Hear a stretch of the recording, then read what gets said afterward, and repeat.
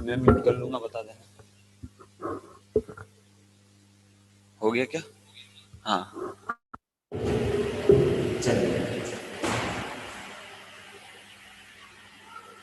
Start करते हैं हम लोग। लाइव भी कर रखा है क्या? आज से है हम चालू हो गया लाइव? देखो एक बहुत अच्छा विषय स्टार्ट करने जा रहे हैं। कितना अच्छा विषय करने स्टार्ट करने जा रहे हैं, बहुत अच्छा। क्योंकि जब मैं क्लास लूंगा ना तब आपको बोलना पड़ता है। क्या करना पड़ता है? बोलना पड़ता है। आप नहीं बोलोगे तो मैं भूल जाऊंगा। ठीक है, तो इसलिए सभी को ध्यान रखो, बिल्कुल मस्ती मत करना, बिल्कुल कुछ नहीं। जितनी मस्ती मैं कराऊंगा उतनी करोगे, बाकी नहीं। ठीक है? अरे ठीक है तो बोल दो। हाँ जी, बहुत बढ़िया बहुत बढ़िया। चलिए चलो, तो देखो हम जो विषय स्टार्ट करने जा रहे हैं वो विषय है, बता दूं आप लोगों को मुंह से बोलना है। भैया इस तरह बैठो, बहन उस तरह बैठेंगे, इधर आ जाओ, और चटाई ले लेना बाद में पीछे से। चलो देखो, तो आप लोग बोलेंगे। वो विषय जो हम स्टार्ट करने जा रहे हैं वह है समय सार। क्या है? एक साथ बोलो, क्या है? आप लोग खाना नहीं खाया, दिया जोर से बोलो, क्या है विषय? समय सार। ठीक है भैया, हम लोग तो इतने इतने छोटे छोटे बच्चे हैं और हम लोग समय सार पढ़ेंगे क्या? क्वेश्चन नहीं हो रहा है आपके मन में? हाँ,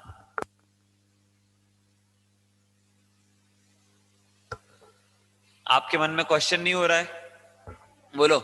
हम लोग इतने इतने से बच्चे, ये दीदी तो और सामने इतनी सी बैठी है, वो समय कह रहा भैया मैं इतना सा बैठा हूँ। हाँ, और इतने इतने से बच्चे, और इतने इतने से बच्चे होके फिर समय सार पढ़ लोगे आप लोग? बताओ, पढ़ लोगे? अपन पढ़ेंगे। ठीक है, कैसे पढ़ेंगे? समय सार में अपन देखो क्या करेंगे, अपन बहुत बहुत अच्छे अच्छे इसके जो एग्जाम्पल है ना, एग्जाम्पल्स के माध्यम से बात समझेंगे।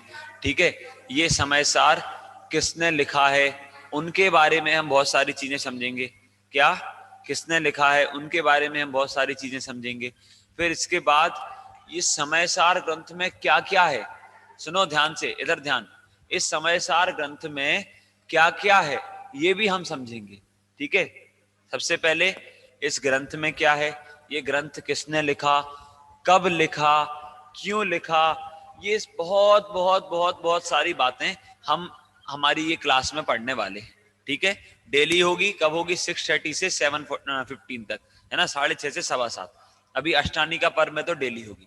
तो आपको क्या करना है, बहुत ध्यान से, एकदम पूरा ध्यान मेरी तरफ होना चाहिए प्रसम, और नोटबुक पेन भी आप लोग लेके बैठना। ठीक है, अभी जो नहीं लाए कोई बात नहीं, कल से लेके आओगे। आप लोग जो अपने अपने घरों पे हैं वो अभी से लेके बैठो। ठीक है, और आप लोग उसमें नोट करोगे कुछ भी, जो भी स्पेशल बात। आपका टेस्ट होगा, इसका क्या होगा? टेस्ट होगा। और टेस्ट में मैं आपसे क्वेश्चंस उसके पूछूंगा सभी से। ठीक है, तो आपको क्या करना है, बहुत ध्यान से, बिल्कुल अच्छे से ये सारी चीजें याद करना है और समझना है। तैयार हो? हाँ जी बोलना है। तैयार हो? हाँ जी। मैंने कल कैसे बताया था, हाँ जी कैसे बोलते हैं? ऐसे, हाँ जी। तैयार हो? हाँ जी। चलो बहुत बढ़िया, वेरी गुड। ठीक है, और हम स्टार्ट करते हैं। फिर से किसके बारे में पढ़ रहे हैं हम लोग? समय सारजी ग्रंथ के बारे में। स्टोरी सुनना है? शुरुआत की स्टोरी से करते हैं। ठीक है, बहुत पहले से, बहुत पहले अपन चल रहे हैं। चलें? चलें। देखो अपन लोग चलेंगे किससे? अपन चलेंगे समय सार एक्सप्रेस से। किससे? अरे बोल नहीं रहे, दिया पेन खा रही हूं मैं, बोलो किससे चलेंगे? समय, बहुत बढ़िया, इतनी एनर्जी आप में होनी चाहिए, है ना, सम्यक अंशिका। हम लोग चलेंगे समय सार एक्सप्रेस से चलेंगे। ठीक है, चलें? तैयार? देखो समय सार एक्सप्रेस अपनी कैसे चलेगी, अभी कोरोना से लॉकडाउन लग गया था ना, तो बाहर निकलना ज्यादा मना है कि नहीं है? लेकिन हम लोग उसके अंदर भी एक नई कोविड-19 स्पेशल हमारी समय सार एक्सप्रेस चल रही है। ठीक है, तो आपको उसमें क्या करना है, बिल्कुल अच्छे से बैठना है। कैसे? फ्री टिकट है। कैसी टिकट है? फ्री है। ठीक है प्रसम, अब बस आपको उसके लिए क्या करना पड़ेगा, आंख बंद करना पड़ेगी। किसके क्या करना पड़ेगा? आंख बंद करना पड़ेगी। बोल दिया, आंख बंद करो तो आंख बंद। एक आंख खोल के कोई नहीं देखेगा, आंख बंद दोनों जल्दी। हाँ जल्दी जल्दी, ए यार हम जल्दी, दोनों आंखें बंद। आंचल, बहुत बढ़िया दीदी, करो ना, बहुत बढ़िया। अब देखो, आपको एक ट्रेन दिख रही है बहुत बड़ी, ट्रेन नहीं दिख रही?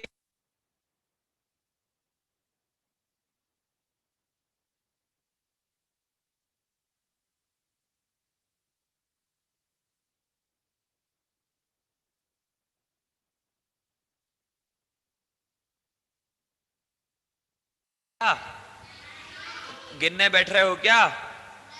नहीं, गिनने भी नहीं बैठना है और पता भी नहीं है, तो मैं आपको बता देता हूं, बता दूं? पक्का? उस ट्रेन में है 11 डब्बे। कितने डब्बे हैं? अरे कितने डब्बे हैं? 11 डब्बे हैं। ठीक है, कौन सी ट्रेन का नाम क्या है? समय सार एक्सप्रेस। क्या है? बहुत बढ़िया। चलो, अब हम सभी लोग एक साथ उस समय सार एक्सप्रेस में बैठते हैं। ठीक है, चढ़ जाओ जल्दी, सब लोग चढ़ जाओ जल्दी। चढ़ गए प्रसम? जल्दी, पीछे छूट जाओगे। बैठ गए अरहम? हाँ जी, सभी बैठ गए। ठीक है, अब हम वो समयसार एक्सप्रेस में बैठे हैं और पता क्या हो रहा है, अब हम कहीं जाते हैं, यात्रा करते हैं, तो एंजॉय करते हैं कि नहीं करते हैं? करते हैं कि नहीं करते हैं?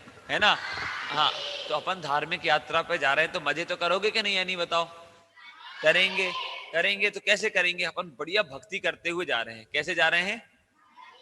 भक्ति करते हुए। आंख खोल लो जल्दी, आंख खोल लो सभी लोग, है ना? अपन लोग भक्ति करते हुए चल रहे हैं। ठीक है, अपन ट्रेन में बैठे हैं बिल्कुल। देखो ट्रेन हिल रही है, मेरे को तो पता चल रहा है हिल रही है। आपकी हिल रही है कि नहीं हिल रही? जल्दी बताओ। हिल रही है ना? हाँ, तो ऐसे हम लोग जो है ना, अपन ये ट्रेन में बैठे हैं तो अपन भक्ति करते हुए चल रहे हैं। ठीक है, अब भक्ति करेंगे तो अच्छे से करना, बिल्कुल उत्साह से। ठीक है, बोलोगे कि नहीं मेरे साथ? ऐसे नहीं बोला करो बोलेंगे कि नहीं बोलेंगे जी, हाँ जी ना जी बोला करो। बोलोगे कि नहीं? हाँ जी, बहुत बढ़िया आराम, क्या बात है, वेरी गुड। चलो, तो देखो, बोलना पहले क्लैपिंग से स्टार्ट करेंगे जल्दी। 1 2 3 4, सभी 1 2 3 4, 1 2 3। बस, अब आराम आना। ग्रंथ समय सार हमें प्राणों से प्यारा। बोलो, ग्रंथ समय सार हमें प्राणों से प्यारा। ग्रंथ समय सार हमें प्राणों से प्यारा। ग्रंथ समय सार हमें प्राणों से प्यारा। यही है वो सास हो, बोलो, यही है वो सास हो,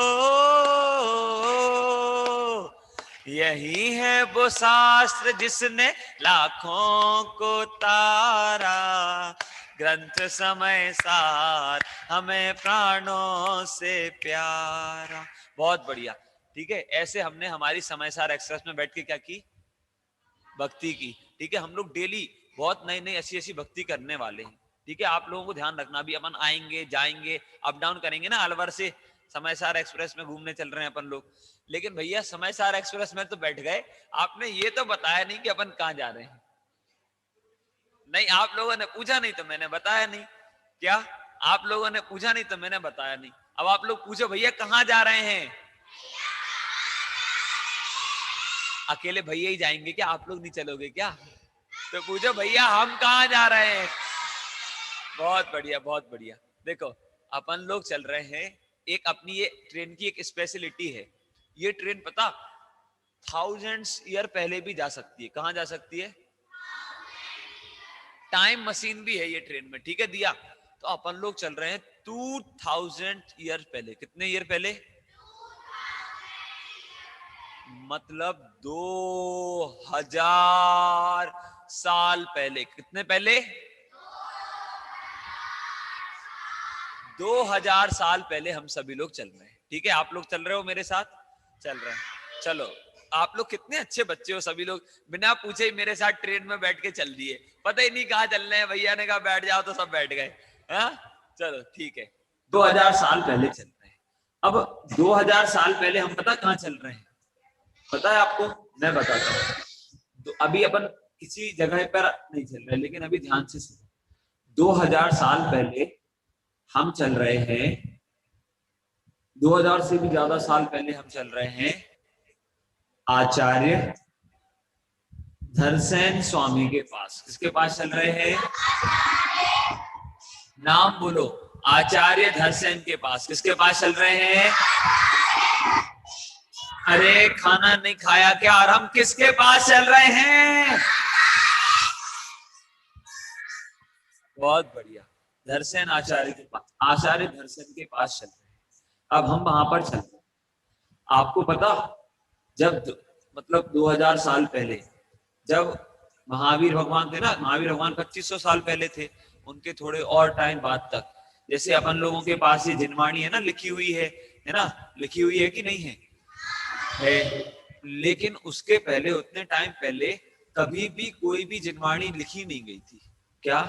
कभी भी कोई भी जिनवाणी लिखी नहीं गई थी, कभी भी नहीं लिखी गई थी। तो फिर भैया लोग जिनवाणी नहीं पढ़ते थे क्या? बताओ, लोग जिनवाणी नहीं पढ़ते थे क्या? अरे बताओ, जब लिखी नहीं गई थी तो पढ़ेंगे कैसे? लेकिन आपको पता, सभी को पूरी जिनवाणी, जैसे अपन बात करते हैं है ना, मैंने पूछा भैया आपका नाम क्या है, बोलो काव्य जैन। तो अब मुझे याद हो गया कि इसका नाम काव्य जैन है और ये क्लास में बहुत अच्छे से बैठता है। ये सारी चीजें अच्छे से मुझे याद हो गई। ठीक है, क्या हुआ, मुझे ये आपकी सारी चीजें याद हो गई है ना। मिले, कोई बात की है ना, जैसे कोई अच्छी पोयम होती है, अच्छी पोयम, जैसे अभी आपने भजन बोला, भजन बोला तो अपन ने कैसे बोला था, लगभग याद होगा। ग्रंथ समय सार हमें प्राणों से प्यारा, याद हो गया। क्यों? जैसे हमें एक बार बोलने में याद हो गया ना, है ना। अपन ने, आपने कोई किताब खोल के देख के पढ़ा था क्या? नहीं पढ़ा। मैंने बोला और आपको, अरे मैंने बोला और आपको याद हो गया, याद हो गया ना। ऐसे ही लोगों को बात करते थे, ग्रंथ जो है ना, उन्होंने सुने प्रवचन और याद हो, जिनवाणी उन्हें याद रहती थी। सोचो कितने, इतने टाइम पहले सब लोगों को जिनवाणी क्या रहती थी? याद रहती थी। लेकिन अब क्या हुआ फिर सम्यक, ऐसा हुआ कि धीरे धीरे धीरे धीरे धीरे धीरे धीरे धीरे क्या हुआ, लोगों की थोड़ा थोड़ा कम होता गया। मतलब याद करने की शक्ति है ना, लोगों की कम होती गई। क्या होती गई? लोगों की याद करने की शक्ति कम होती गई। अब लोगों की याद करने की शक्ति कम होती गई, होती गई, होती गई, होती गई, होती गई। ऐसा टाइम आ गया कि लोग भूलने लगे जिनवाणी को। क्या करने लगे? लोग भूलने लगे। पहले लोगों को पूरे ग्रंथ ऐसे याद होते थे, मतलब ग्रंथ नहीं लिखा लेकिन पूरा ऐसे जितनी जिनवाणी की बातें होती थी ना, याद होती थी लोगों को, समझ में आया। लेकिन अब हम लोग जो है वो क्या हुआ, धीरे धीरे भूलने लगे। अब भूलने लगे, भूलने लगे, भूलने लगे, तो ऐसा टाइम आ गया कि अरे सारी चीजें भूल जाएंगे सब लोग, तो फिर कैसे काम चलेगा? क्या सारी चीजें सब लोग भूल जाएंगे तो फिर कैसे काम चलेगा? ये जिनवाणी सेफ कहाँ रहेगी, है ना। जब सारे लोग बात भूल जाएंगे तो फिर ये जिनवाणी सेफ कहाँ रहेगी? जैसे आपके कोई इंपोर्टेंट नोट्स होते हैं तो आप लोग क्यों कर लेते हो नोट? क्योंकि यदि हम भूल गए तो, कर लेते हैं कि नहीं यार? हम इसलिए कर लेते हैं क्योंकि हम यदि भूल गए तो, है ना, तो हमें वो उसमें हमने सेव कर लिया। कोई अकाउंट की चीज होती है ना, कोई हिसाब वगैरह लिखते हैं ना लोग, तो क्यों लिख लेते हैं? क्योंकि यदि भूल गए तो क्या हो जाएगा? नुकसान हो जाएगा। क्या हो जाएगा? हाँ, यदि भूल गए तो नुकसान हो जाएगा। तो ऐसे ही क्या हुआ, दिया सबने कहा कि अरे जिनवाणी जिनवाणी जिनवाणी, इतनी हमारी महावीर भगवान की दिव्य ध्वनि हमने सुनी और इतनी सारी चीजें सबको याद, और फिर यदि वो भूल गए तो क्या होगा? क्या हुआ? यदि भूल गए तो फिर क्या होगा? जिनवाणी को कैसे सेफ रहेगी? यदि भूल गए तो क्या हो जाएगा? क्या हो जाएगा? नुकसान हो जाएगा ना। जिनवाणी हमारे पास से चली जाएगी। तो अपन कौन से आचार्य के पास गए थे? प्रसम, कौन से आचार्य के पास गए थे? जल्दी बताओ।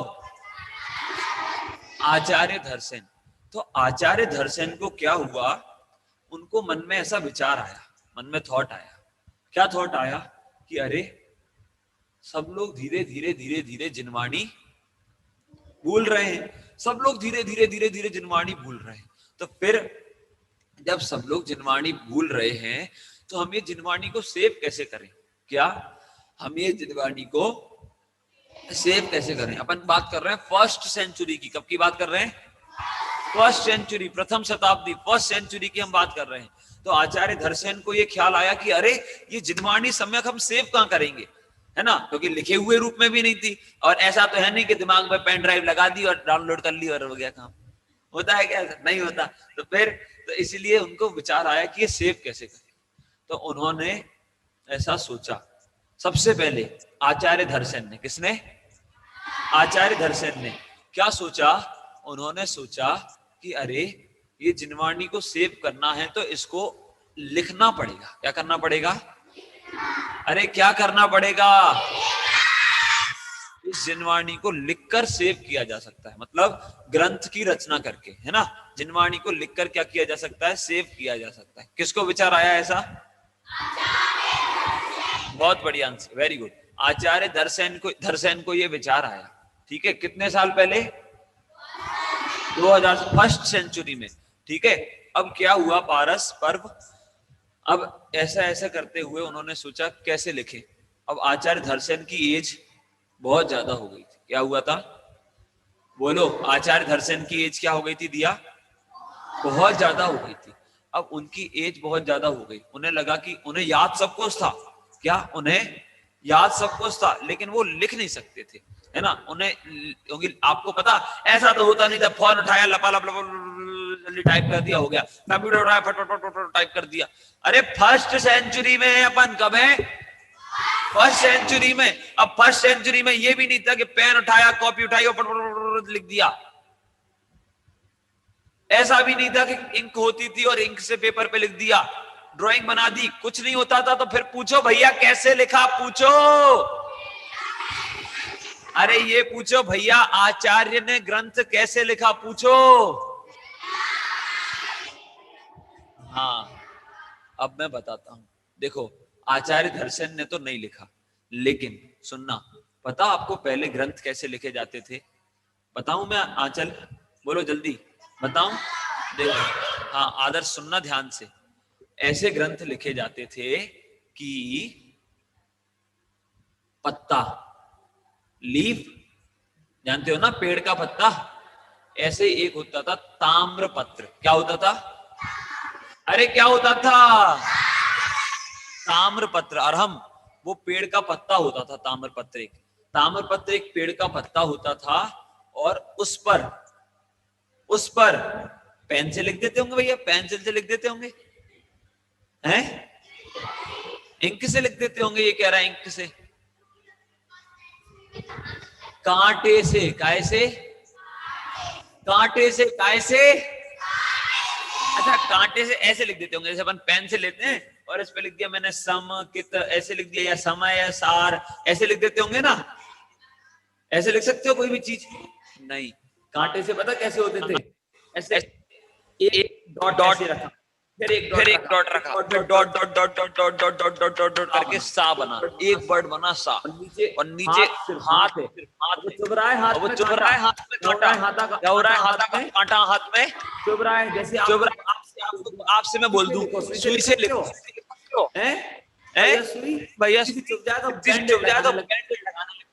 और बताओ, आचार्य ने ताम्र पत्र पे, किस पर?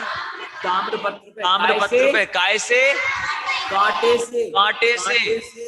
से ऐसे चुभा करके 500 पेज के ग्रंथ लिखे। कितने पेज के? 500 पेज के। इधर मैं बोल दूं आपसे, अपना नाम लिखो बेटा, सब लोग लिखो सम्यक। पेन लेके, वो लेके, सुई लेके और पेज पे अपना नाम लिखो, या पत्ते पे लिख दो, पता चल जाएगा। और आचार्य ने ऐसे ऐसे लिखे। सोचो कितने टाइम पहले? फर्स्ट सेंचुरी में, 2000 साल पहले। तो ऐसे ऐसे हम धरसेन आचार्य के पास जा रहे हैं। आचार्य ने क्या किया? आचार्य ने वो ग्रंथ लिखने के लिए, है ना, क्या आचार्य ने वो ग्रंथ लिखने के लिए, अब उनके मन में भाव आया, धरसेन आचार्य के मन में, कि अरे ये ग्रंथ, अब उन्हें पता था कि उनकी आयु ज्यादा नहीं है, मतलब वो ज्यादा टाइम तक नहीं रहेंगे। तो इसलिए उन्होंने सोचा कि कौन होगा, क्या सोचा कि प्रथम कौन होगा जो इन ग्रंथों को लिख पाएगा। क्या सोचा कि कौन होगा जो इस ग्रंथ को लिखेगा। उनके मन में विचार आया धरसेन आचार्य के बारे में, लेकिन उनने क्या सोचा कि कौन इन ग्रंथों को लिखेगा। अब जब उनने पर्व ऐसा सोचा तो सुनो ध्यान से दीदी। जब उन्होंने ऐसा सोचा तो उन्हें दक्षिण भारत में, कहां पर, इंडिया के दक्षिण साइड में, है ना, कहां पर, मतलब साउथ में। साउथ में क्या हो रहा था, एक बहुत मतलब विद्वान का, मुनिराजों का सब सम्मेलन चल रहा था, ठीक है, अच्छा प्रोग्राम चल रहा था। उसमें उन्होंने सूचना भिजवाई। क्या किया, उसमें उन्होंने सूचना भिजवाई कि कौन है जो पहले से इंटेलिजेंट हो और वो उस ग्रंथों को लिपिबद्ध कर सके। क्या लिखने को क्या कहते हैं, लिपिबद्ध करना। तो कौन है जो वो ग्रंथों को लिपिबद्ध कर सके। ऐसा किसने मन में विचार किया, आचार्य धरसेन आचार्य ने किया, ठीक है। अब धरसेन आचार्य ने ऐसा विचार किया, वहां पर नोटिस भिजवाया कृति। अब वहां पर नोटिस उन्होंने भिजवाया, फिर क्या हुआ, वहां पर नोटिस भिजवाने के बाद अब जब वो, आपको पता हमारे मुंडाज पूरी रात भर सोते हैं क्या, सोते हैं ना, पूरी रात को सोते होंगे आराम से। अपन 9 से 12 सोते हैं, अपन तो बढ़िया रात को चलो 10 बजे से सुबह 6 बजे 5 बजे तक तो सोते होंगे ना मुंडाज, हैं दिया बोलो, कृति बोलो, और हम सोते होंगे ना आराम से 5-7 घंटे 6 घंटे तो सोते होंगे, है ना, कम से कम। अब दिन भर इतना विहार करते हैं तो थक जाते हैं ना, तो 5-6 घंटे तो सोते होंगे। हाँ हाँ हाँ कर रहे हो, नहीं, मुनिराज मुश्किल से 48 मिनट सोते हैं पूरी रात में, 8 मिनट, ज्यादा से ज्यादा 40, इसे कहते हैं एक अंतर मुहूर्त। और कब सोते हैं पता, रात्रि के अंतिम पहर में, रात के बिल्कुल लास्ट, जैसे जब मॉर्निंग जैसी होनी पड़ती है ना, तब सोते हैं। और बिल्कुल बहुत कम सोते हैं। और जरूरी नहीं है सोए ही सोए, लेकिन सोएंगे तो इतने ही सोते हैं, सोचो। और अपन रात को सोए 10 बजे तो अगले दिन 10 बजे उठ रहे, पता ही नहीं क्या हो गया, दिन हो गई, दोपहर हो गई, अगला दिन तो नहीं होगी, पता ही नहीं चलता है, सोचो है। और वो इतना कम सोते हैं, इतना कम, सोचो। अब लेकिन जितना हम भी सोते हैं, तो वो धरसेन आचार्य जो हैं वो उतना विश्राम कर रहे थे। और विश्राम कर रहे थे तो उन्होंने क्या किया, उन्हें एक स्वप्न आया। क्या आया, स्वप्न आया, ड्रीम बोलते ना, ड्रीम, ऐसे उन्हें स्वप्न आया। क्या आया, सपना आया। सपने में उन्होंने देखा, क्या देखा, पूछो भैया क्या देखा, जल्दी पूछो। हाँ, तो सपने में उन्होंने देखा कि 2 बढ़िया बलवान बैल जो हैं वो आ रहे हैं। क्या देखा, क्या देखा, 2 बलवान बैल जो हैं वो आ रहे हैं। ऐसा उन्होंने किसमें देखा, सपने में। किसने देखा, अरे किसने देखा, आचार्य धरसेन ने। किसने, आंचल, आचार्य धरसेन ने, ठीक है, बहुत बढ़िया बहुत बढ़िया, ठीक है। अब आचार्य धरसेन ने स्वप्न में देखा कि 2 बैल उनकी तरफ आ रहे हैं, आ रहे हैं। तो वो उसका मतलब समझ गए। क्या किया, वो उसका मतलब समझ गए। क्या मतलब समझे, वो समझे कि 2 मुनिराज, क्या, 2 मुनिराज उनकी तरफ आ रहे हैं, है ना, 2 मुनिराज उनकी तरफ आ रहे हैं। और जब अगले दिन सूर्योदय हुआ, कुछ समय बाद 2 मुनिराज उनके सामने आ गए। 2 मुनिराज उनके समय, कुछ समय बाद उनके सामने आ गए।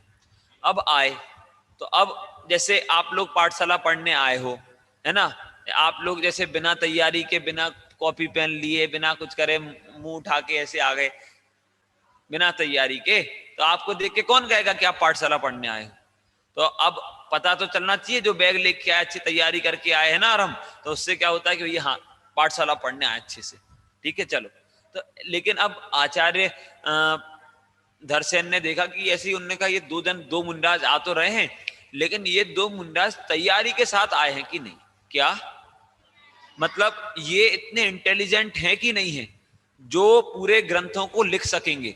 क्या उनके मन में क्या क्वेश्चन हुआ कि ये इतने इंटेलिजेंट हैं कि नहीं है कि जो कृति ये पूरे ग्रंथों को दिया लिख सकेंगे। ऐसा उनके मन में क्वेश्चन हुआ। किसके मन में, आचार्य धरसेन के मन में। तो उन्होंने कहा कोई बात नहीं, अभी पता चल जाएगा। क्या कहा, मतलब सोचा ऐसा उन्होंने, कोई बात नहीं अभी पता चल जाएगा।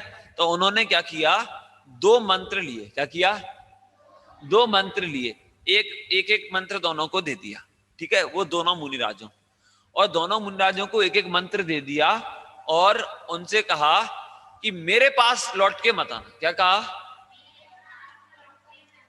मतलब क्या हुआ? मतलब ये कि आप इस ये जो मंत्र है इसमें कुछ गलती है। क्या बोला? कि ये जो मंत्र है ना इसमें कुछ गलती है। अब गलती है तो आप मेरे पास लौट के मत आना, अपने आप ही इसका आंसर ढूंढना। क्या बोला?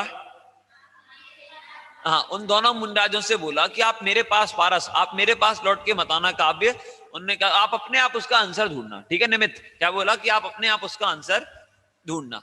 अब ठीक है, अब वो दोनों मुंडाज गए गए एक गुफा में चले गए। गुफा में गए, उन्होंने वो मंत्र पढ़े। एक बार उन्होंने वो मंत्र पढ़ा, है ना। वो दो मुंडाज आए थे स्वप्न में, बैल जिनको देखा था ना, तो वो मुंडाज दोनों दर्शनाचार्य के पास पहुंचे। तो क्या हुआ नियाजी, उनने क्या किया? उन्होंने वो मंत्रों को पढ़ा। मंत्र किसने दिए थे? आचार्य धर्षण ने। अब वो जब मंत्रों को उनने पढ़ा तो एक जो है ना, दो देवियां प्रकट हुई। क्या हुई? दो देवियां आई।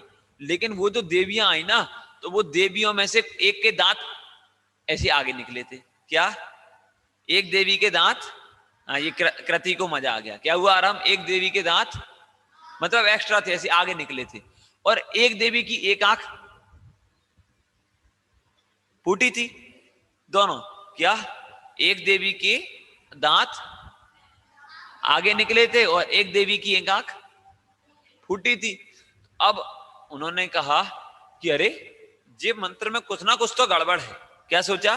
कि इस मंत्र में आचल कुछ ना कुछ तो गड़बड़ है, क्योंकि ये एक दांत आगे बाहर निकले हैं। पंडित जी पानी पी लें? पंडित जी पानी नहीं पिएंगे अभी। अच्छा आपको पीना है क्या? चले जाओ, जल्दी आना दीदी है। चलो हाँ सुनो। तो उन्होंने उन्होंने वो जो मुंडास थे ना, यहाँ ध्यान बेटा, यहाँ। नहीं नहीं आप चले जाओ बेटा, चले जाओ। नहीं नहीं नहीं नहीं, नहीं। जल्दी जल्दी जल्दी जाओ, जल्दी जल्दी आप भी बैठ जाओ। हाँ तो देखो, वो मुंडराजों ने सोचा कि अरे कुछ ना कुछ तो बात है। क्या सोचा? कि कुछ ना कुछ तो बात है कि जो ये देवियां एक के दांत बाहर है, एक की एक आंख फूटी है। कुछ ना कुछ तो बात है। तो मुंडराज ने उस मंत्र को दोबारा अच्छे से पढ़ा, और अच्छे से पढ़ के उन्होंने देखा कि एक मंत्र में एक अक्षर ज्यादा था। क्या देखा? एक मंत्र में एक अक्षर ज्यादा था। तो उसको पढ़ने से वो देवी जो आई ना, उसके दांत ज्यादा थे, बाहर निकले थे। और एक मंत्र में क्या था कृति? एक मंत्र में एक अक्षर कम था, इसलिए एक देवी की एक आंख फूटी थी। तो ऐसा उन्हें आचार्य ने पता किया। अब इसके बाद क्या हुआ आदर्श? इसके बाद ऐसा हुआ अग्रिम कि उन्होंने, दोनों मुंडाजों ने वो मंत्रों को क्या कर दिया? अरे मंत्रों को क्या कर दिया? सही कर दिया। वो मुंडाज ने उन मंत्रों को सही कर दिया। और जैसे ही वो मुंडाज ने उन मंत्रों को सही किया, दो बहुत सुंदर देवियां प्रकट हुई, जिसके दांत बाहर निकले थे, दांत बहुत बढ़िया हो गए, और आंख फूटी थी, आंख दोनों सही हो गई। ऐसी बढ़िया देवियां उनके सामने प्रकट हुई। देवियां प्रकट हुई तो मुंडाजों को तो देवियों से कोई मतलब नहीं। यहां ध्यान, मुंडाजों को देवियों से तो कोई मतलब नहीं। लेकिन अब वो दो देवियां प्रकट हुई तो मुंडाज समझ गए कि हाँ ये मंत्र जो है वो अब सही हो गए हैं। अब हमने इस मंत्र को करेक्ट कर लिया, अब हम आचार्य के पास जा सकते हैं। तो आचार्य को तो पहले ही पता था कि उस मंत्र में क्या गलती है क्या नहीं है, तो ऐसा उन्हें पता था। तो अब जैसे ही वो दोनों मुंडाज धर्षण आचार्य के पास पहुंचे, तो धर्षण आचार्य के पास जैसे ही वो दोनों मुंडाज पहुंचे, तो आचार्य ने उन एक मुनिराज को, जिसको एक अक्षर ज्यादा था ना, एक अक्षर ज्यादा था, उन वाले मुंडाज को उन्होंने नाम बोला पुष्पदंत। क्या बोला? अरे क्या बोला? क्या बोला? पुष्पदंत। पुष्पदंत नाम उन्होंने बोला, है ना। क्यों? क्योंकि दांत जो है वो उसके ऊबड़ खाबड़ थे, और कमल जो होता है ना, कमल, कमल की पंखुड़ी एकदम लाइन से बढ़िया लगी होती है। फूल की पंखुड़ी कैसी होती है? एकदम लाइन से लगी होती है। तो ऐसे उनके दांत भी एकदम, वो देवी के दांत जो है ना, कैसे एकदम बिल्कुल बढ़िया लाइन से चमकदार ऐसे हो गए थे। तो ऐसे ही उनका नाम उन्होंने क्या बोला? आचार्य पुष्पदंत। और एक आंख वाली जो देवी आई थी, बंद वाली, फूटी वाली, और फिर जब मंत्र सही किया तो वो देवी सही आ गई। तो उन आचार्य का नाम उन्होंने संबोधित किया आचार्य भूतबली। क्या? भूतबली पहले? अरे पहले आपके दोस्त का नाम बोल रहे क्या? पुष्पदंत। आचार्य, अच्छे से बोलो, पहले आचार्य पुष्पदंत और दूसरे, वेरी गुड, आचार्य पुष्पदंत और आचार्य, आचार्य पुष्पदंत और आचार्य, हाँ, ये दो, मतलब आचार्य तो बाद में बने, लेकिन ये दो मुनिराज वहां पर दर्शन आचार्य के पास हैं। ठीक है, आचार्य पुष्पदंत और आचार्य भूतबली। अब क्या हुआ, जब आए, है ना, वो मंत्र करेक्ट करके, तो फिर आचार्य ने उन दोनों को ज्ञान दिया। क्या दिया? उन दोनों आचार्यों को ज्ञान दिया। और उन दोनों आचार्यों ने मिलकर, आचार्य पुष्पदंत ने और आचार्य भूतबली ने, आचार्य पुष्पदंत ने और आचार्य भूतबली ने मिलकर मिलकर क्या किया? सठ खंडागम ग्रंथ की रचना की। ग्रंथ का नाम बोलो जल्दी। सठ खंडागम, थोड़ा बड़ा नाम है। सठ मतलब होता है 6। सठ खंडागम, सठ खंडागम, जोर से बोलो, सठ खंडागम। मेरे बाद, सठ खंडागम। आंचल, सठ खंडागम। अरहम बोल नहीं रहा है, सठ खंडागम। सठ खंडागम ग्रंथ की रचना की। किसने की? आचार्य धरसेन आचार्य ने। किसने? धरसेन आचार्य ने नहीं की। किसने की? हाँ, आचार्य पुष्पदंत और आचार्य, आचार्य पुष्पदंत और आचार्य भूतबली। बहुत बढ़िया पारस, ठीक है। चलो, अब इस ग्रंथ का नाम आपने सुना होगा, है ना। जो बच्चे मेरे सामने फोन में मुझे दिख रहे हैं ऑनलाइन, बहुत सारे हमारे अरहम पाठशाला के स्टूडेंट्स हैं, तो उन्होंने तो सुना है। ये ग्रंथ कब लिखा गया था? कब लिखा गया था? फर्स्ट सेंचुरी में। कब लिखा गया था? कौन से ग्रंथ की बात कर रहे हैं हम? सठ खंडागम। सठ खंडागम ग्रंथ फर्स्ट सेंचुरी में लिखा था। और किसने लिखा था? आचार्य पुष्पदंत और आचार्य भूतबली ने। ठीक है भैया, आपने तो कहा था समय सार की क्लास पढ़ाओगे, और पढ़ा तो रहे हो सठ खंडागम है। देखो सुनो, पूरी स्टोरी अपनी आगे आगे आगे आगे चलेगी। ठीक है, ध्यान से सुनना। मैंने आपसे पहले ही बोल दिया, जो लोग लेट आए हैं पहले सुन लो। डेली 6:30 से 7:15 तक क्लास चलेगी, और टेस्ट भी होगा इसका। ठीक है, सभी का टेस्ट होगा, इसलिए ध्यान रखना है सभी को। सुनो, तो अब क्या हुआ, ये ग्रंथ की रचना आचार्य पुष्पदंत और आचार्य भूतबली ने की, फर्स्ट सेंचुरी में की। आपको पता, इस ग्रंथ का मंगलाचरण आप लोगों को पहले से ही याद है। क्या इस ग्रंथ का मंगलाचरण आप लोगों को पहले से ही याद है? एक साथ बोलेंगे, नमो अरिहंताणम, नमो सिद्धाणम, बोलो आयरियाणम, नमो वज्रायाणम, नमो लोए सब साहुडम। बहुत बढ़िया। ये क्या है? ये नमोकार मंत्र जो है ना, ये सठ खंडागम ग्रंथ की फर्स्ट गाथा है। क्या है? फर्स्ट गाथा। कब लिखी गई थी? फर्स्ट सेंचुरी में। कौन से ग्रंथ की? सठ खंडागम ग्रंथ कौन से नंबर का ग्रंथ है? फर्स्ट नंबर का। सबसे पहले लिखा गया था तो फर्स्ट नंबर का ही तो होगा। फर्स्ट ग्रंथ की फर्स्ट गाथा फर्स्ट सेंचुरी में आचार्य किसके द्वारा? आचार्य पुष्पदंत और भूतबली द्वारा लिखी गई थी। ठीक है, चलो अब श्रुत पंचमी पर्व के दिन, किस दिन? श्रुत पंचमी। किस दिन? श्रुत पंचमी।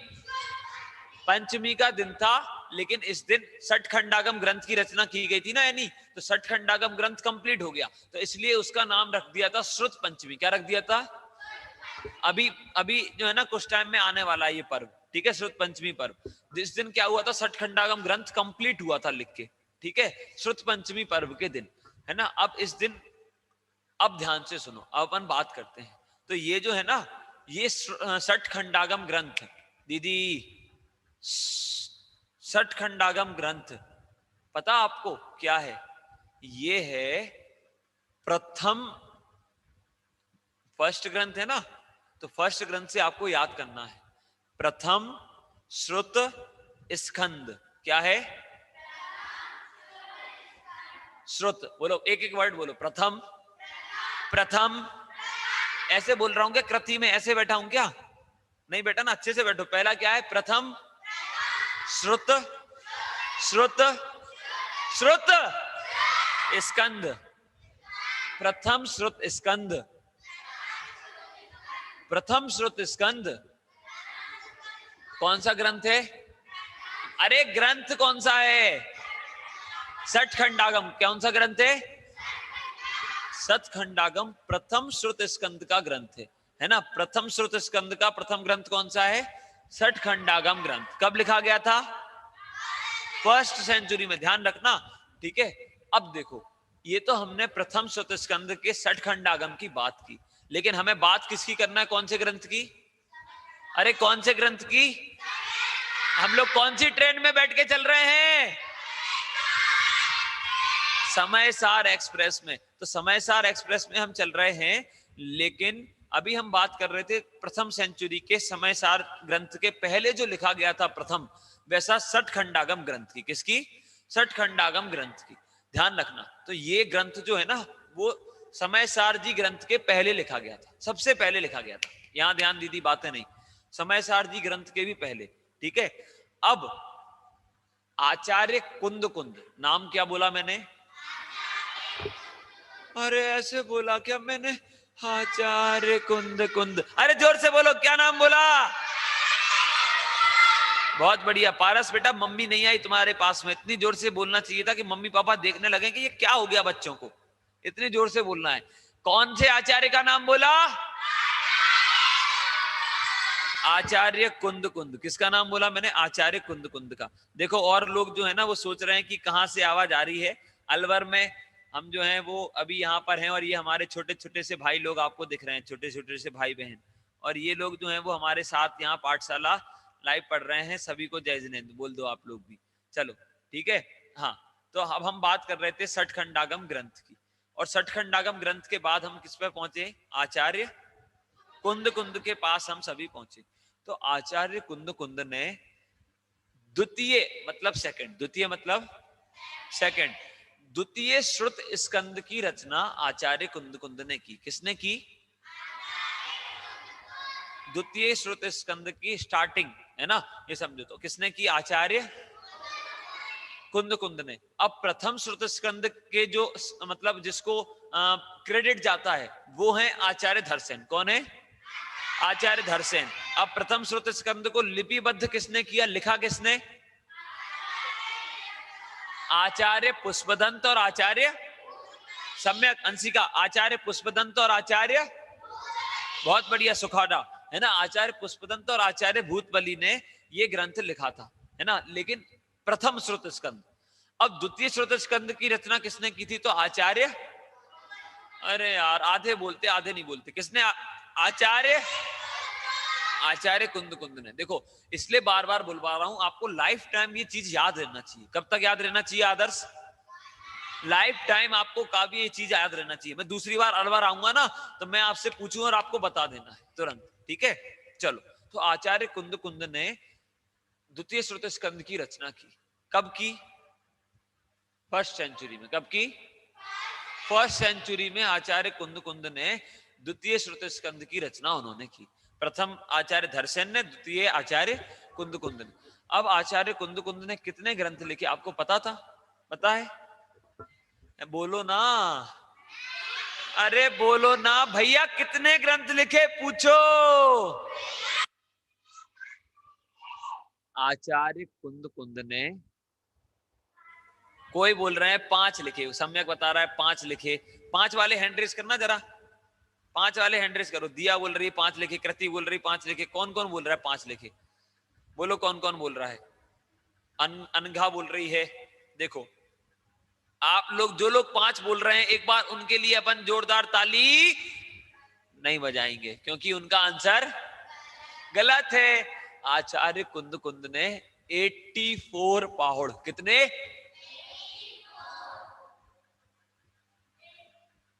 84 कितने?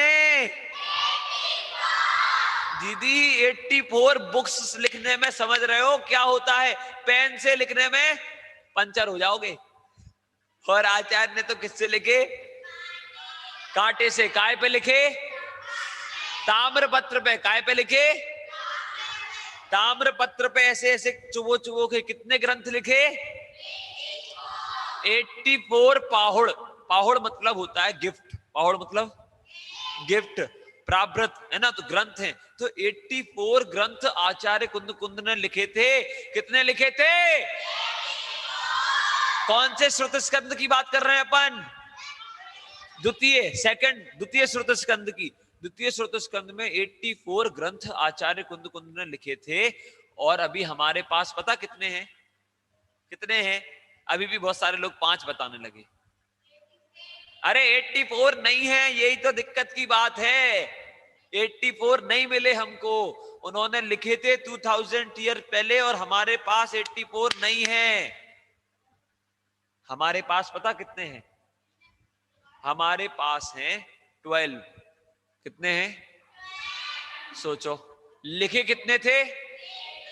अरे कितने लिखे थे? 84। और हैं कितने? 12। हैं कितने?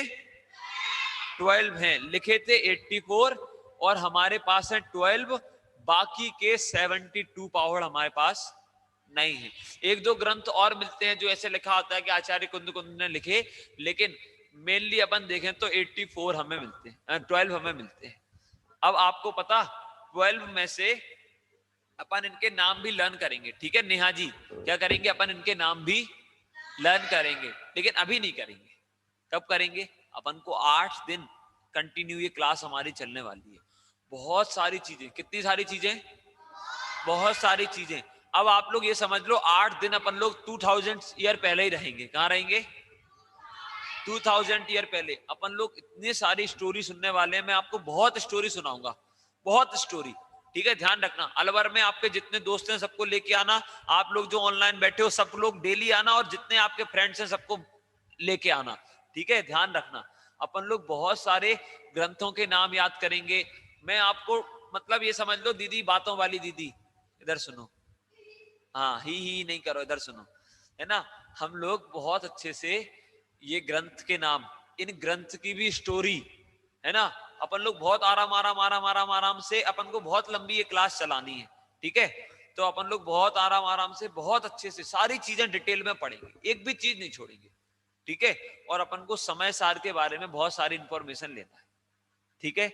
अरे तैयार हो कि नहीं हो? अरे तैयार हो कि नहीं हो? हाँ जी। चलिए, आप लोग तो हाँ जी बोल रहे हो, ये लोग सब ऐसे हाँ जी बोल रहे हैं। तैयार हो? हाँ जी, चलो बहुत बढ़िया। देखो अपन लोगों को ध्यान रखना, ठीक है? टाइम क्या है कल से? 6:30। अब अपन लोग, और मैं आपको बता देता हूं भैया, समय सार के बारे में क्यों पढ़ रहे हैं, है ना? समय सार के बारे में क्यों पढ़ रहे हैं, इसका रीजन भी मैं आपको कल बताऊंगा। अभी आप जो मेरे पीछे ये पोस्टर दिख रहा है ना, बस इसको ध्यान से देख लो। दिख रहा है सभी को? अरे दिख रहा है कि नहीं दिख रहा है? हाँ जी। अब मेरे से कल आप लोग पूछना, और हम 6:30 पे आके सबसे पहले क्वेश्चन पूछना कि भैया समय सार के बारे में क्यों पढ़ा रहे हो, ठीक है? आप लोग भी जो है वो सबसे पहले आके मेरे से क्वेश्चन पूछोगे कि भैया समय सार के बारे में क्यों पढ़ रहे हैं, ठीक है? अपन कल बेटा कल पूछना, आज तो अपना समय हो गया। अभी अपन लोग यहाँ से आध्यात्मिक पाठ वगैरह चलेंगे, आप लोग जुड़े रहना। भक्ति भी यहाँ से हम करेंगे, लेकिन अभी इसके पहले ध्यान रखना कल क्वेश्चन जरूर पूछना है, ठीक है? लेकिन उसके भी पहले एक बार जोर से 3 बार जय हो, जैसे कल लगाया था ना जोर से, ऐसे जोर से 3 बार जय हो जय हो जय हो का आप लोग एक साथ नारा लगाएंगे, ठीक है? 3 बार बोलना है, दोनों हाथ ऊपर करके सभी बच्चों को, ठीक है? तैयार? बोलो ग्रंथाधिराज समय सार परमागम महाशास्त्र की। बहुत बढ़िया। आचार्य कुंद कुंद देव की। बहुत बढ़िया, क्या बात है ना? और अपन अभी यहाँ से भक्ति प्रारंभ कर रहे हैं एक साथ, है ना? हमारे सामने भगवान विराजमान है ना? और भक्ति हम यहाँ से एक साथ शुरू करेंगे। आप लोग तैयार हो ना? कोई उठ के नहीं जाएगा, है ना? दीदियां वहां बैठ जाओ, भैया लोग यहाँ बैठ जाओ, बस इतना कर लो। अपन यहाँ से भक्ति प्रारंभ कर रहे हैं, पाठ करेंगे। आपकी स्क्रीन पर सामने जो ऑनलाइन है उनके लिए स्क्रीन पर सामने पाठ दिखेगा, और जो लोग ऑफलाइन है वो जिनवाणी लेकर बैठेंगे। आध्यात्म पूजांजलि ले लेवे। अध्यात्म पूजांजलि सभी लोग ले लेवें, और अध्यात्म पूजांजलि में हम लोग बहुत अच्छे से भक्ति भाव पूर्वक यहां से पाठ करेंगे, ठीक है। चलो, आपको पता आज संभवनाथ भगवान का बातें नहीं करना है बेटा, इधर बैठ जाओ। हाँ, आज हम लोग बहुत बढ़िया यहां से भक्ति शुरू कर रहे हैं, और पृष्ठ क्रमांक निकाल लें 356, पेज नंबर, अरे पेज नंबर 356 है, ठीक है। सभी लोग निकाल ले में 356 पेज नंबर पर हम सभी यहां से बेटा 356 356 पेज पर हम यहां से पाठ पढ़ेंगे। देखिए, अष्टानिका महापर्व चल रहे हैं, और ये जो स्तुति वगैरह है वह हम अपने परिणामों की संभाल के लिए पढ़ते हैं। हनुमान जी दिखा रहे हो, सीमंदर स्तुति हम सभी यहां से पढ़ेंगे। बहुत सुंदर यह स्तुति है, अध्यात्म पूजांजलि, है ना। पृष्ठ क्रमांक 356 स्क्रीन पर भी आएगा, आप लोग देखकर, और जो यहां पर भाई लोग बैठे हैं वो हमारे साथ बोलेंगे, ठीक है।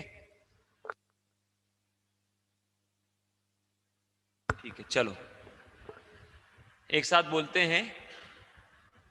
हे सीमंदर भगवान, शरण ली तेरी, शरण ली तेरी, बस ज्ञाता दृष्टा रहे परिणति मेरी। हे सीमंदर भगवान, शरण ली तेरी, शरण ली तेरी, बस ज्ञाता दृष्टा रहे परिणति मेरी, बस ज्ञाता दृष्टा रहे परिणति मेरी। तुमको बिन जाने नाथ फिरा भवन में, सुख की आशा से झपटा उन विषयन में, जो कफ में मक्खी बैठ पंख लिपटावे, त्यों तब तड़प तड़प दुख में ही प्राण गमावे, त्यों इन विषयन में मिली दुखद भव पेरी, दुखद भव पेरी, बस ज्ञाता दृष्टा रहे परिणति मेरी, बस ज्ञाता दृष्टा रहे परिणति मेरी। कौन सी किताब है आपका? 356 पेज नंबर 356। आप सभी लोग भी जिनवाणी ले लें और हमारे साथ एक साथ बोलें। यहां से दूसरा पैराग्राफ हम बोल रहे हैं। मिथ्यात्व राग वस दुखित रहा प्रतिपल ही, अरु कर्म बंध रुक सका पल भर भी, सौभाग्य आज है प्रभु तुम्हें लख पाया, दुख से मुक्ति का मार्ग आज मैं पाया, हो गई प्रतीति न रही मुक्ति में देरी, मुक्ति में देरी, बस ज्ञाता दृष्टा रहे परिणति मेरी। है सीमंदर भगवान, शरण ली तेरी, शरण ली तेरी, बस ज्ञाता दृष्टा रहे परिणति मेरी। Third paragraph. सार्थक सिमंदर नाम आपका स्वामी, सीमित निज में हो गए आप विश्रामी। करते दर्शन कर भव सीमित भवि प्राणी, फिर आवागमन विमुक्त वने शिवगामी। चिर तृप्ति प्रदायक शांति छवि प्रभु तेरी, बस ज्ञाता दृष्टा रहे परिणति मेरी। हे सिमंदर भगवान शरण ली तेरी, शरण ली तेरी, बस ज्ञाता दृष्टा रहे परिणति मेरी। आत्माश्रय का फल आज प्रभु लख पाया, निज में रमने का भाव मुझे उमगाया। निज वैभव सन्मुख तुच्छ सभी कुछ भासा, दर्शन से पलट गया परिणति का पासा। चैतन्य छवि अंतर में आज उकेरी, आज उकेरी, बस ज्ञाता दृष्टा रहे परिणति मेरी। है सिमंदर भगवान शरण ली तेरी, शरण ली तेरी, बस ज्ञाता दृष्टा रहे परिणति मेरी। हे ज्ञायक के ज्ञायक चैतन्य बिहारी, मैं भाव वंदना करूं परम उपकारी। अपनी सीमा में रहूं यही वर पाऊं, प्रभु भेद भक्ति तज निज अभेद को ध्याऊं।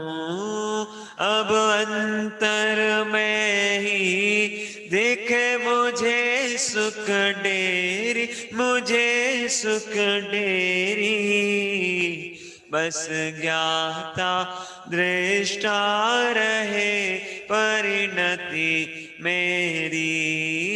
है सिमंदर भगवान शरण ली तेरी, शरण ली तेरी, बस ज्ञाता दृष्टा रहे परिणति मेरी।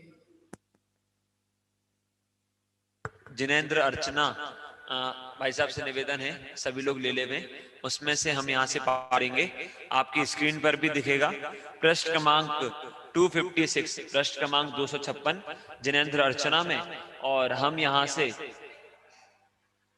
पाठ जिनेंद्र अर्चना में से वैराग्य भावना, बहुत सुंदर वैराग्य भावना, पंडित भूधर दास जी द्वारा रचित यह वैराग्य भावना है। और हम इसमें पृष्ठ क्रमांक मैं आपके सामने स्क्रीन पर शेयर कर रहा हूं 256 पर हम वैराग्य भावना यहां से पढ़ेंगे। एक साथ आप सभी लोग भी मेरे साथ बोलेंगे। पंडित भूधर दास जी कृत यह वैराग्य भावना है। देखिए अलवर नगर में हम यहाँ हैं और यहाँ अष्टानी का महापर्व में पाठ की परंपरा बहुत अद्भुत है। और यह अद्भुत पाठ हमारे परिणामों को संभालने के लिए हम यहाँ से करते हैं कि हमारे किस किस प्रकार के परिणाम विषय कसायों में होते हैं और वो विषय कसायों से हटकर हमारी परिणति हमारे स्वभाव में आए, उसलिए हम यह पाठ यहाँ से करते हैं। वैराग्य भावना हम सभी बोलेंगे। कर लो जिनवर की पूजन में भी आप देख सकते हैं, उसमें भी है। चलिए प्रारंभ करते हैं। बीज राख फल भोग वे, जो किसान जग माय, त्यों चक्री सुख में मगन, धर्म विसारे नाय। बहुत अद्भुत यह पाठ है, आप देख सकते हैं पहले की पंक्तियों में कितनी अच्छी बात कह दी। बीज राख फल भोग वे, ज्यों किसान जग माही।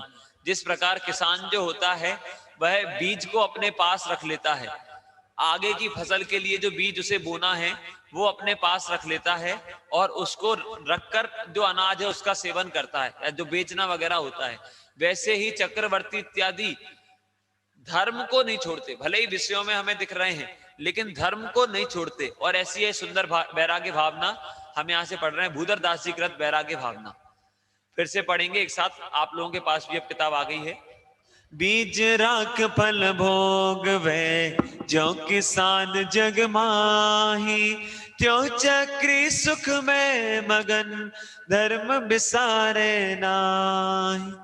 एह विधि राज करे नर नायक, भोगे पुण्य विशाला, सुख सागर में मगन निरंतर, जात न जान्यो काला। एक दिवस शुभ कर्म संयोगे, छे मंकर मुनि वंदे, देखी श्री गुरु के पद पंकज, लोचन आनंदे।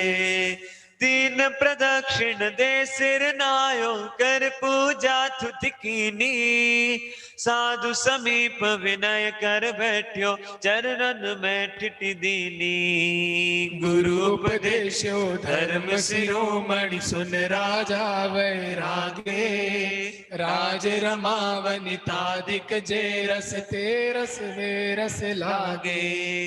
मुनि सूरज कथनी किरणा, बलि लगत बरम बुद्धि भागी, भवतन भोग स्वरूप विचार्यो, परम धर्म अनुरागी।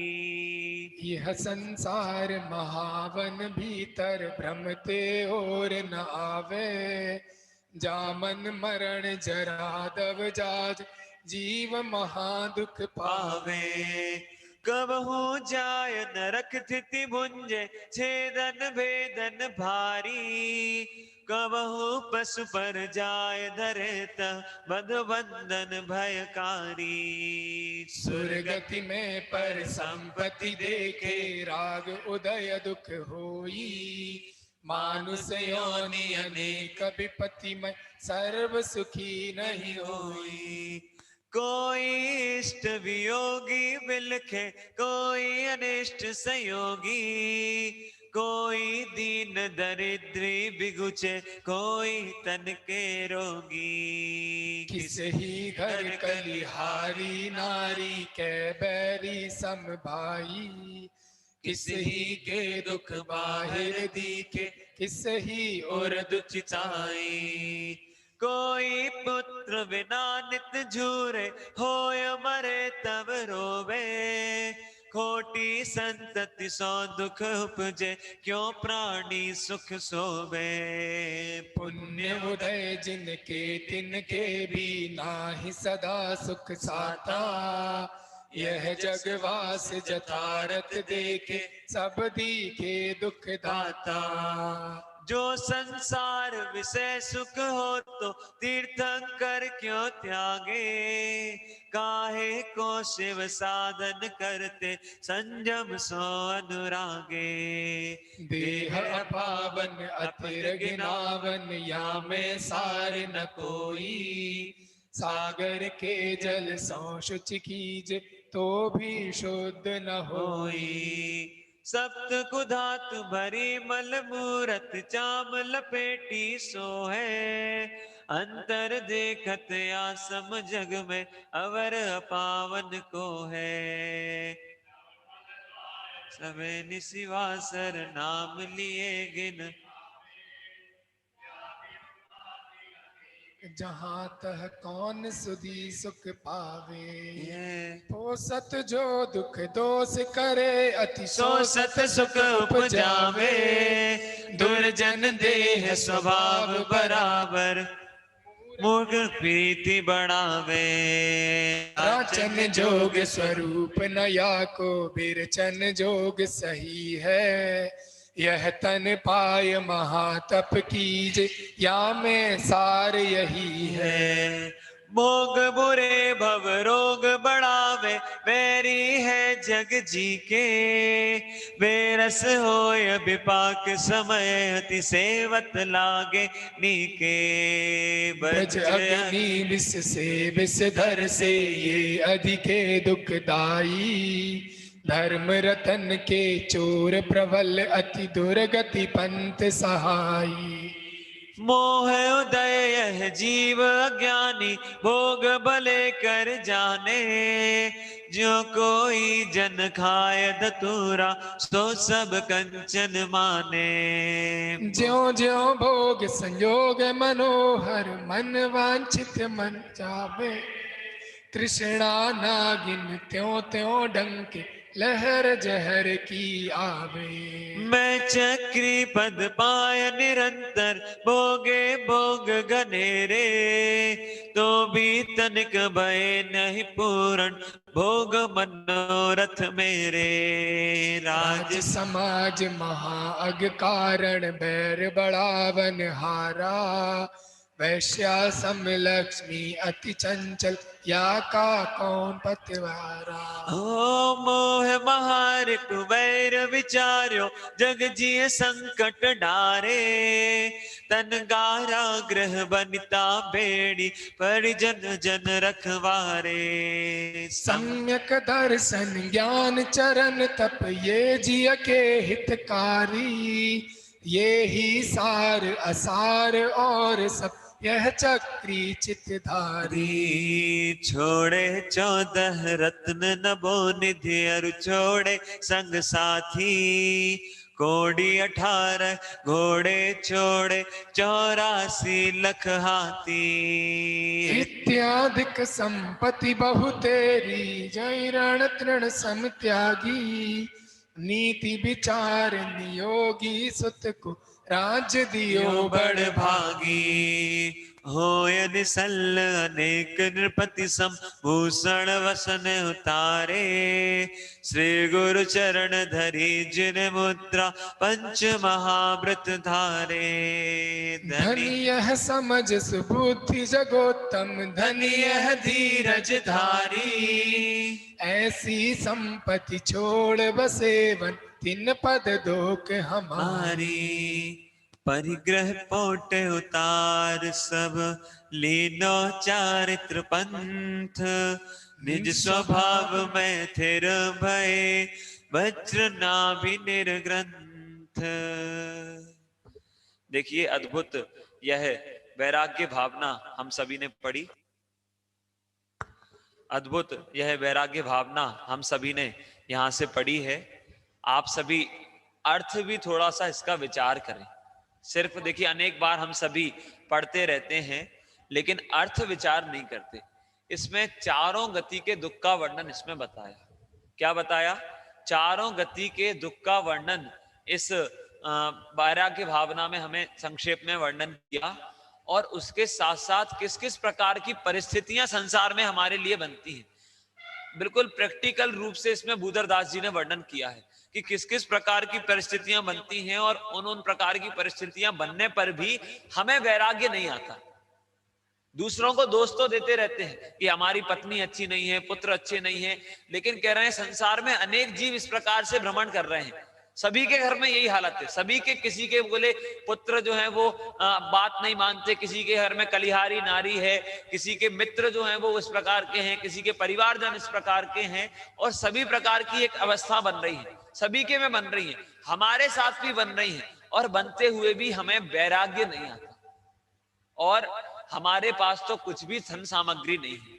क्या? हमारे पास तो कुछ भी धन सामग्री, संयोग सामग्री नहीं है। लेकिन इसमें कहा चक्रवर्ती की एक एक संपदा यहां पर गिनाई। क्या? चक्रवर्ती की संपदा यहां पर गिनाई।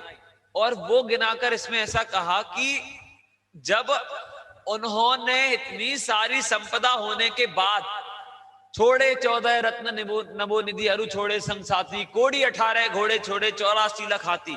इतनी सारी संपदा होने के बाद भी उन्होंने ये सारी चीजों को छोड़ दिया। क्या किया? ये सारी चीजों को छोड़ दिया। हम और आपके पास तो कुछ भी नहीं है, और फिर छोड़ने में किस प्रकार की कठिनाई है। उन्हें तो इतने दुख भी नहीं थे, उनके तो पुत्र इत्यादि भी उनकी बात मानते थे, पत्नियां भी जो है 96,000 रानियां और सारी की सारी आज्ञा मानती थी, यहां तो एक नहीं हिलती। और सोचो, और इतनी सब परिस्थिति होने के बाद भी उन्हें वैराग्य उन्होंने धारण कर दिया। इतने संयोग होने के बाद भी उन्होंने वैराग्य को धारण किया। हम और आप क्यों वैराग्य को धारण नहीं करते? हमारे पास तो कुछ भी संपत्ति नहीं है। एक बहुत सुंदर पंक्ति आपने अनेक बार विद्वानों के प्रवचन में भी सुनी होगी, इसमें भी उसका वर्णन यहाँ पर है। इस पंक्ति व इसी भावना की है कि जो संसार विषय सुख हो तो तीर्थंकर क्यों त्यागे। संसार में यदि सुख होता तो फिर तीर्थंकर को क्या दिक्कत थी? उनकी तो सेवा में सौदर इंद्र लगा था, कपड़े तक वहां से आ रहे जन्म से ही, तो उन्हें क्या दिक्कत थी? और यदि संसार में सुख होता तो तीर्थंकर क्यों इसका त्याग करते? काहे को शिव साधन करके संयम सो अनुरागी, क्यों वो संयम रूप अनुराग करते, संयम रूप प्रवर्तन करते? तो उन्होंने किया, मतलब वास्तव में संसार में दुख है और यह संसार से वैराग्य धारण करने योग्य है।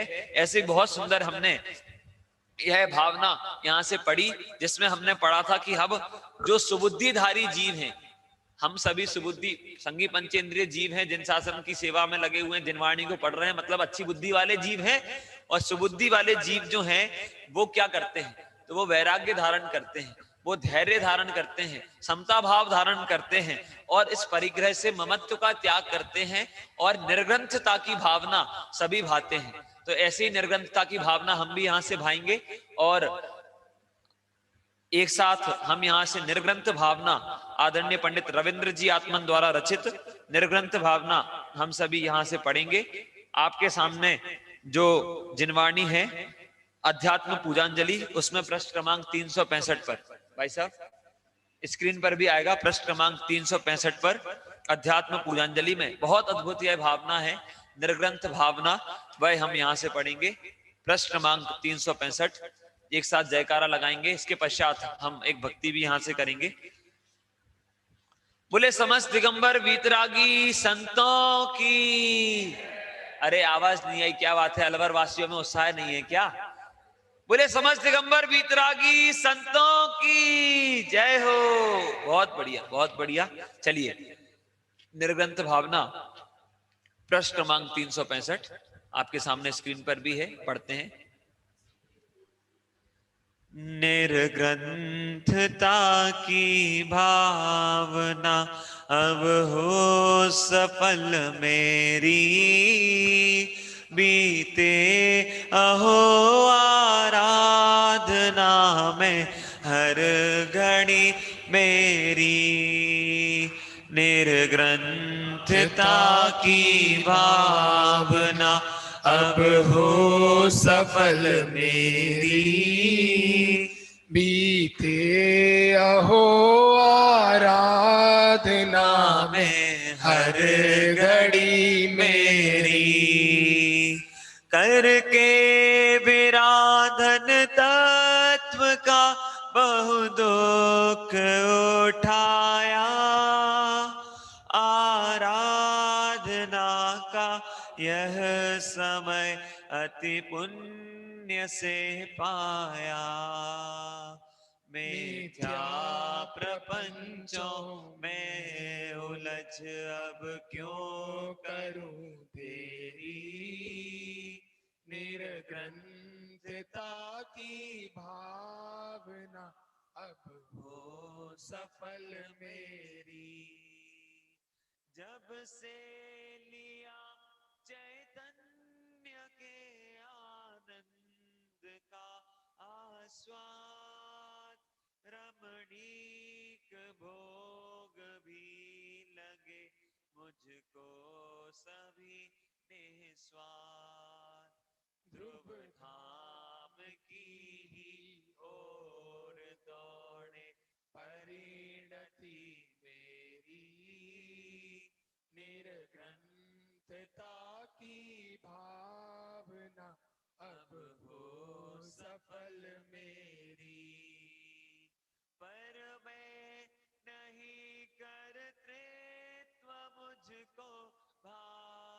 कुछ भी अधिकार भी दिखे नहीं जग में, अरे कुछ भी निज अंतरंग में ही दिखे प्रभुता मुझे मेरी, निरग्रंथता की भावना अब हो सफल मेरी। क्षण क्षण कसायों के प्रसंग ही बने जहां, मोही जनों के संग में सुख शांति हो कहाँ। जग संगति से तो बड़े दुखमय भ्रमण फेरी, निरग्रंथता की भावना अब हो सफल मेरी। अब तो रहूं निर्जन बनों में गुरुजनों के संग, शुद्धात्मा के ध्यानमय हो परिणति असंग। निज भाव में ही लीन हो मैं तू जगत फेरी, निरग्रंथता की भावना अब हो सफल मेरी। कोई अपेक्षा हो नहीं, निर्द्वंद हो जीवन, शुद्धात्मा के ध्यानमय हो परिणति असंग। निज भाव हो आप सम निर्मुक्त मंगलमय दशा मेरी, निर्ग्रंथता की भावना अब हो सफल मेरी। अब तो सहा जाता नहीं बोझा परिग्रह का, विग्रह का मूल लगता है विकल्प विग्रह का। स्वाधीन स्वाभाविक सहज हो परिणति मेरी, निर्ग्रंथता की भावना अब हो सफल मेरी। निर्ग्रंथता की भावना अब हो सफल मेरी। बीते अहो आराधना में हर घड़ी मेरी, बीते अहो आराधना में हर घड़ी मेरी। अद्भुत यह निर्ग्रंथ भावना आदरणीय बड़े पंडित साहब रविंद्र जी आत्मन द्वारा रचित है, और इसमें भी किस किस प्रकार से वर्णन किया गया है आप सभी ने यहाँ पर पढ़ा, और आपके ख्याल में भी यह विषय यहाँ से आया होगा। देखिए शब्द देखो आप, क्षण क्षण कसायों के प्रसंग ही बने जहां, मोही जनों के संग में सुख शांति हो कहां। मोही जनों के संग में सुख शांति नहीं हो सकती। जहां जिस भगवान के मंदिर में आकर भगवान के दर्शन करने को क्यों कहते हैं, घर बैठे बैठे क्यों नहीं कर सकते? क्योंकि भगवान की छवि को देखकर, उनकी मुद्रा को देखकर वीतराग भाव प्रकट होते हैं, उन जैसे बनने के भाव प्रकट होते हैं। ऐसे निर्मोही जनों के संग में रहेंगे, वीतरागी मुंडराजों के संग में रहेंगे तो क्या होगा? वो निर्मोह भावना हमारे अंदर प्रकट होगी। एक शब्द यहाँ पर अंतिम पंक्तियों में हमने पढ़ा, 2 बार विग्रह का मूल लगता है विकल्प विग्रह का। इस पंक्ति का अर्थ क्या है? विग्रह का मूल लगता है विकल्प विग्रह का। आदरणीय भाई साहब से मैं निवेदन करूंगा, संजीव जी भाई साहब, विग्रह का मूल लगता है विकल्प विग्रह का, इसका अर्थ क्या है? नहीं, विग्रह गति की बात नहीं है यहाँ। विग्रह का अर्थ है परिग्रह। एक विग्रह का अर्थ क्या है? परिग्रह। पहले जो विग्रह दिया ना, विग्रह का मूल लगता है विकल्प विग्रह का, तो परिग्रह का मूल क्या है? तो विकल्प विग्रह। विग्रह मतलब शरीर। तो ये जो शरीर है ये ही वास्तव में इस परिग्रह का कारण है। शरीर से मोह किया, मिथ्यात्व के कारण फिर जो है वो अन्य सारी जो संयोग इत्यादि हैं उनको अपना मान रहे हैं। तो ये विग्रह का मूल वास्तव में ये शरीर है, इससे राग है, और इसको छोड़ेंगे और अपनी परिणति की हम खबर लेंगे तो हमारी निर्ग्रंथता की भावना अवश्य सफल होगी और हमारी भी हर घड़ी आराधना में बीतेगी। सिर्फ पर्व के दिन ही आराधना में बीते ऐसा नहीं होता है। अष्टानी का महापर्व चल रहा है तो आराधना में बीतना चाहिए ऐसा नहीं, हर घड़ी आराधना में बीतनी चाहिए। क्यों? क्योंकि आराधना की जो वस्तु है वो हमारे पास ही है। बहुत सुंदर यह निर्ग्रंथ भावना हमने यहाँ से पढ़ी। और अभी हम सभी एक अंतिम हमारे सामने वीतरागी भगवान विराजमान है, उनकी यह हम भक्ति यहाँ से करेंगे। पृष्ठ क्रमांक अध्यात्म पूजांजलि में पृष्ठ क्रमांक 135 पृष्ठ क्रमांक 135 पर। और देखिए आपके सामने यह जो सुंदर जिन बिंब के आप दर्शन कर रहे हैं, अलवर नगर में चैतन्य एनक्लेव में यह अद्भुत जिन मंदिर यहाँ पर बना हुआ है जिसके हम सामने दर्शन कर रहे हैं। और पृष्ठ क्रमांक 135 पर कैसी सुंदर जिन प्रतिमा है, जिन दर्शन हम यहाँ से एक साथ पढ़ेंगे, आप सभी लोग भी बोलेंगे। कैसी सुंदर जिन प्रतिमा है, कैसा सुंदर है जिन रूप, जिसे देखते सहज दिखता सबसे सुंदर आत्म स्वरूप। कैसी सुंदर जिन प्रतिमा है, कैसा सुंदर है जिन रूप, जिसे देखते सहज दिखता सबसे सुंदर आत्म स्वरूप।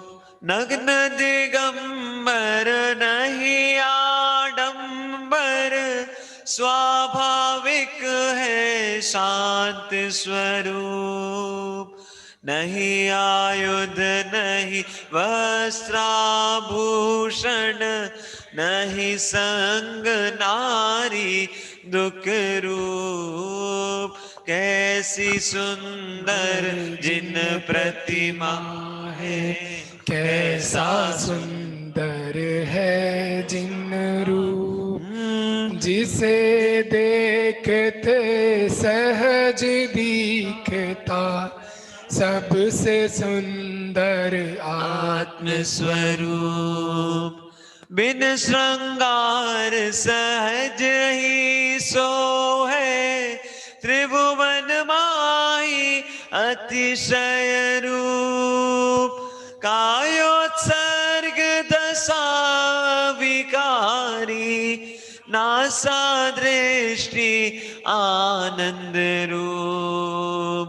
नासा दृष्टि आनंद रूप।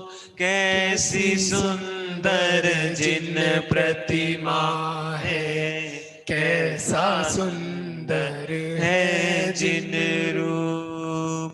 अरहत प्रभु की याद दिलाती, दर्शाती अपना प्रभु रूप।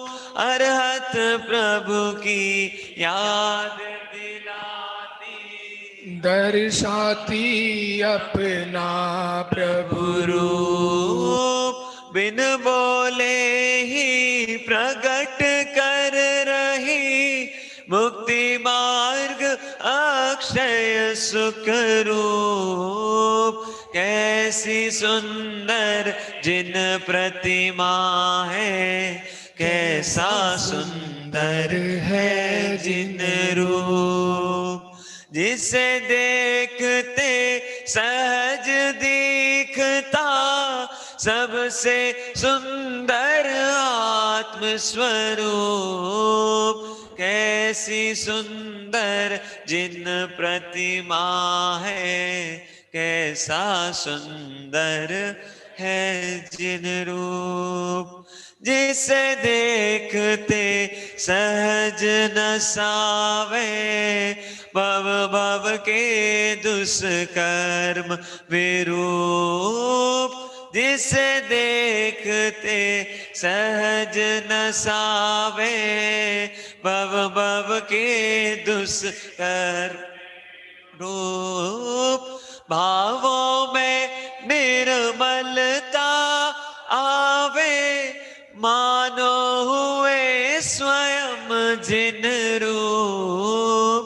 कैसी सुंदर जिन प्रतिमा है, कैसा सुंदर है जिन रूप। जिसे देखते सहज दिखता, सबसे सुंदर आत्म स्वरूप। कैसी सुंदर जिन प्रतिमा है, कैसा सुंदर रूप। महाभाग्य से दर्शन पाया, पाया भेद विज्ञान अनूप।